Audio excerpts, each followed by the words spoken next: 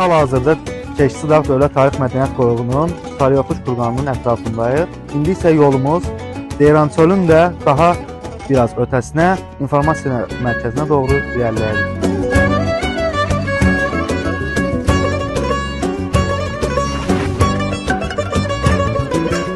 Bu gördüyünüz Ceyrançöl ərazisidir. Ceyrançöl hal-hazırda qarlı, şaxtalı bir havadadır. İsti çillə qışın sərt nəfəsinin bir qədər yumşaldan, amma hələ də soyuğun hökmünün qoruduğu zaman kəsiyindədir. Yanvarın son günlərindən başlayaraq fevral ayının 20-sinə dək davam edir.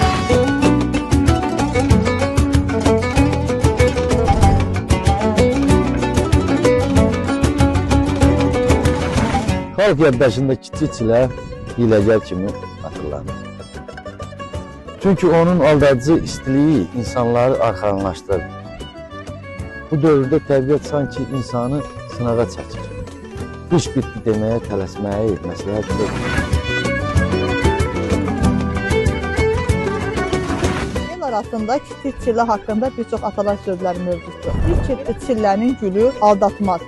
Kiçik çillə güldü, böyük çillə güldürmədi kimi atalar sözləri səsləndirir. Kiçik çillə eyni zamanda ümidin də daşıyıcısıdır. Torpaq hələ soyuq olsa da, yazın nəfəsi hiss olunmağa başlayır.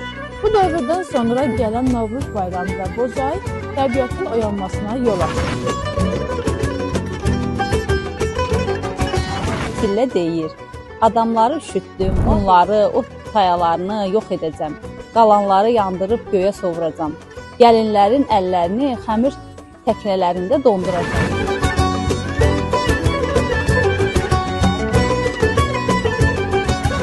Bu günləri biz Keçisi Dağ Dövlət Tarix Mədəniyyət Qoruğunun əməkdaşları olaraq böyük çillənin bitişi və kiçik çillənin girişi ilə əlaqədar Ceyrançöldəyik.